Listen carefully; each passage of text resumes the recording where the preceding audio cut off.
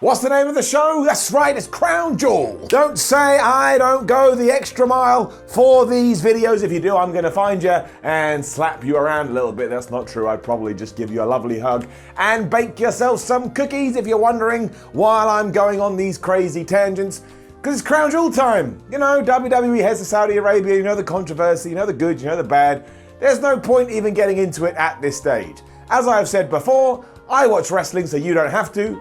That's full on, that's 100%, there ain't no excuses. So before we do get to Thursday, we gotta predict the show. My name is Simon Miller, I'm wearing a dumb crown. Crown Jewel, you get it. This is WhatCulture Wrestling. Let's go smash some predictions. We will begin with a 20-man battle royal that actually has something on the line, because whoever does win this gets to face AJ Styles in a United States Championship match. Now, before you do get ahead of yourself, do not forget that so far, every time the WWE has done one of these events, it's basically been a glorified house show, so this may come to nothing.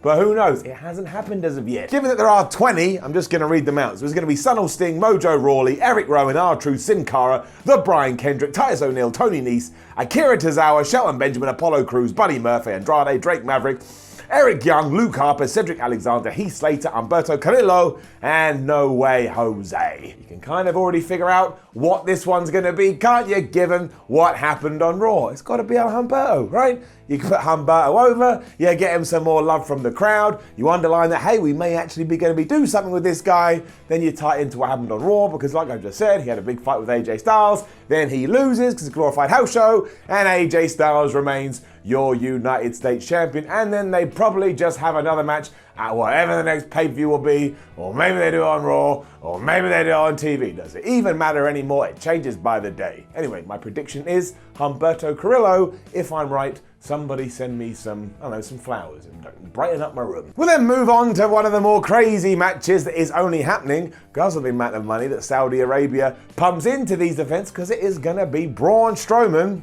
wasn't on Raw for some reason, taking on the professional boxer Tyson Fury. Now, a lot of people aren't into this and they don't want to see Tyson making the jump across. I'm different. I love this kind of stuff. I find it crazy, and I'm beyond intrigued to see how good Mr. Fury is at professional wrestling. You also have a very interesting situation here, because I can't see WWE wanting Braun Strowman to lose. He's like a big guy and you want to keep his aura alive. But Tyson Fury, being a legit sportsman, he ain't going to want to taste defeat either, especially because this whole time WWE's been saying he's the only undefeated heavyweight boxing champion to ever have a professional wrestling match.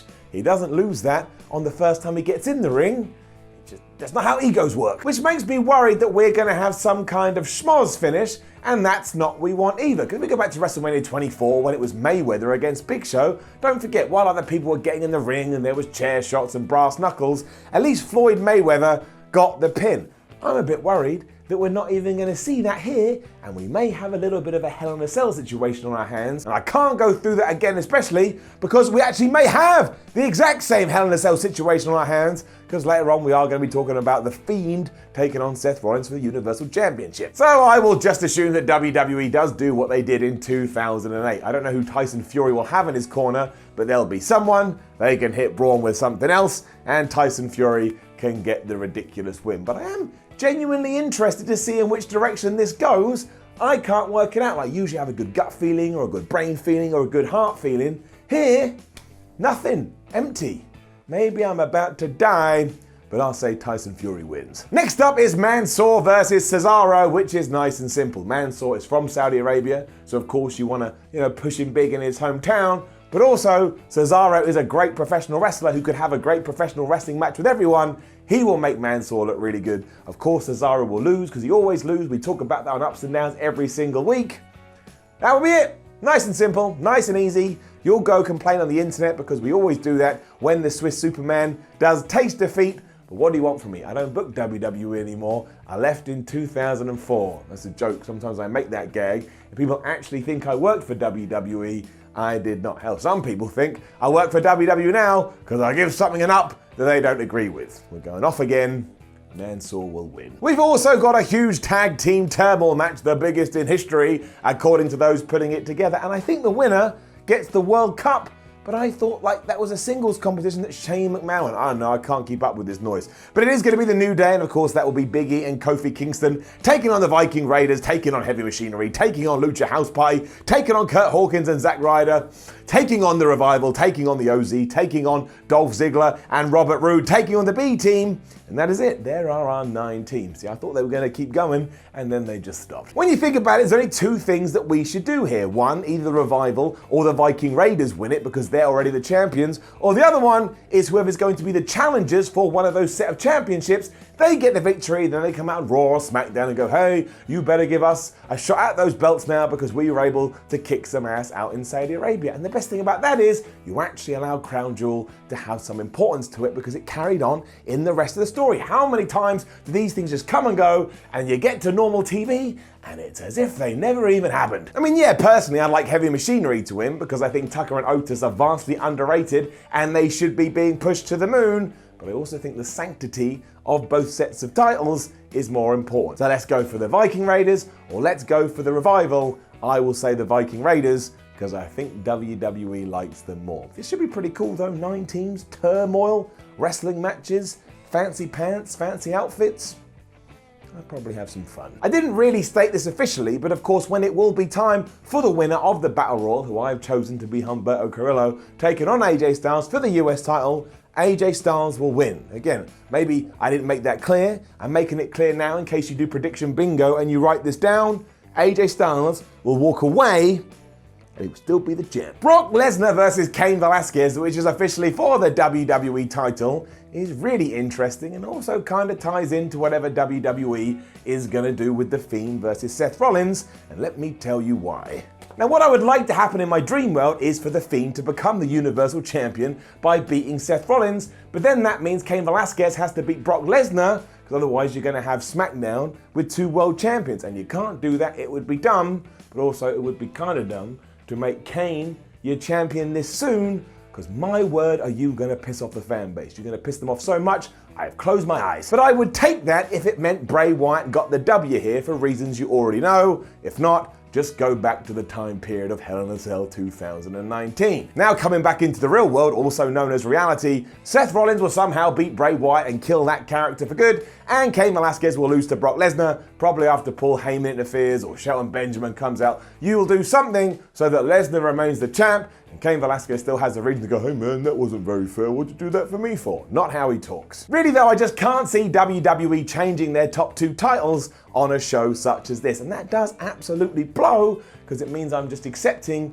that The Fiend is going to lose again. And don't forget, when it comes to Seth versus The Fiend in a Falls Count Anywhere match, whatever the hell it is, they have said over and over again, this match cannot be stopped for any reason. Now that's terrible wording, because it makes it sound like if there's a pin, it won't be stopped, but that's not what they mean.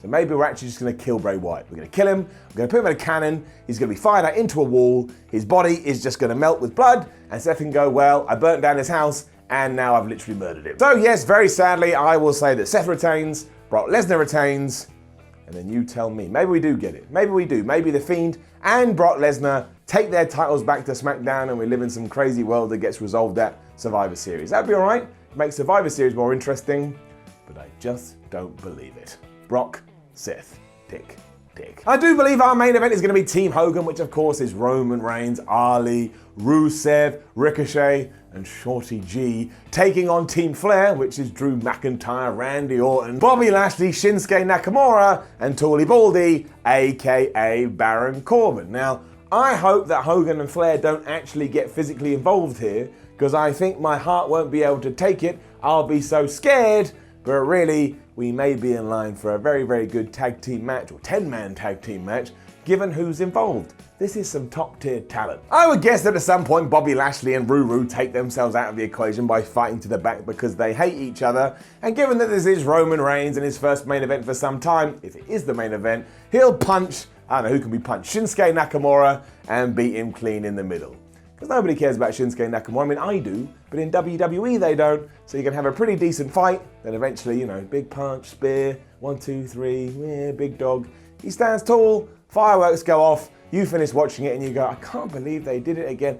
That didn't It didn't go anywhere, there was no stories. Straight up though, WWE isn't going to end an event like this on a sour note, and as Team Flair has been pitched as the heel team, Team Hogan and the face team will win. And you know what, the last thing we see is probably Hulk Hogan cupping his ear and waiting for some cheers that never come. And that'll be it. We'll be done with Crown Jewel for another 6 months, then we'll get to April and we'll do it again, and we'll question why we keep doing this. Now, most importantly, let me know your predictions in the comments below. Do you think anything crazy is going to happen? Like, share, and subscribe. Head over to WhatCulture.com and read yourself some articles. Follow WhatCulture on Twitter, WhatCulture WWE. Take your crown off because the video's at the end. What else should you do? That's right, watch more videos here on WhatCulture Wrestling. My name is Simon from WhatCulture. Thank you very much for watching, and yes, I will be upping those downs from Crown Jewel because it goes like this. One, you want to know what my opinion is after watching it, or secretly you don't want to watch it, but you still want to know what happened, and that's why you come to the bald asshole. I'll be happy to see you, and I will see you very late or very early on Friday morning, late Thursday night, because that's how it's going to end. Yeah, that's my time zone. I'll see you at yours.